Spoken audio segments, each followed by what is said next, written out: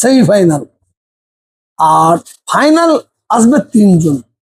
যে 3 জন ফাইনাল আসবে তাদের প্রথম পুরস্কার আছে 1 লক্ষ টাকা, দ্বিতীয় আছে 25,000 আর তৃতীয় আছে 25,000। 15 থেকে 3 জন নিয়ে থাকে 12 জন।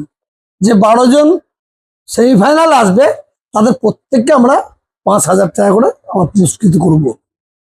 এবং এই অনুষ্ঠান কোরআন কম্পিটিশন শোনার জন্য যারা আসবেন তারা আমরা একটা কুপন দেবো, তার নাম, অ্যাড্রেস আর ফোন নম্বর দিয়ে একটা বাক্সে ফেলা হবে। প্রথম দিন কোরআন কম্পিটিশন শেষ হয়ে যাওয়ার পরে বক্স থেকে একটা কুপন তোলা হবে। তো কুপনে যার নাম উঠবে তাকে আমরা সৌদি আরবে ওমরা হজে যাওয়ার যত খরচা তার হাতে সঙ্গে সঙ্গে তুলে দেবো। মানে যারা দর্শক বা শ্রোতা আসবেন তাদের জন্য। দ্বিতীয় তোলা হবে একটা সাইকেল পাবে, তৃতীয় তোলা হবে একটা সাইকেল পাবে।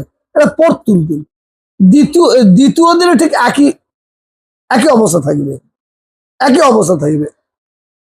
আমার এই কিরাত প্রতিযোগিতা হয় আমাদের কুরবানি বকরাইদের 1, 2, 3 বকরাই 4, 5 হয়। কিন্তু আমরা হিন্দু মুসলমান এখানে বসবাস করি, আমাদের সম্প্রীতির বাংলা। এবারে কুরবানির 3 দিন পরে এখানে কালী পুজো হয়, প্রায় 50 বছর ধরে হয়, আর আমাদের 18 বছর এটা হচ্ছে। তো আমরা ওই কালী পুজো প্রতি বছর হয়, আমার হিন্দু মা বোনেরা সবাই আনন্দ করে তার পুজো উৎসব পালন করে।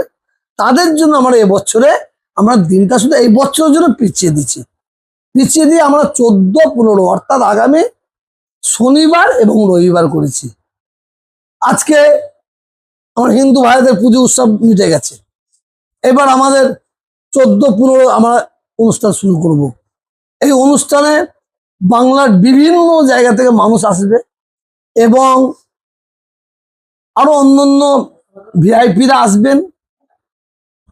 ইউসুফ পাঠান তার আসার সম্ভাবনা আছে এবং যে ব্যক্তি পায়ে হেঁটে কেরালা থেকে সৌদি আরবে হজ করতে গিয়েছিলেন তিনি 99% তিনিও আসবেন ইনশাআল্লাহ।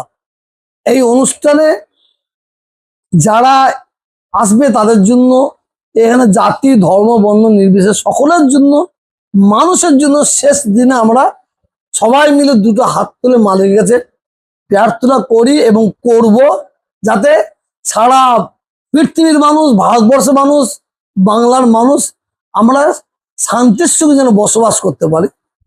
আমরা এই দোয়া চাইব।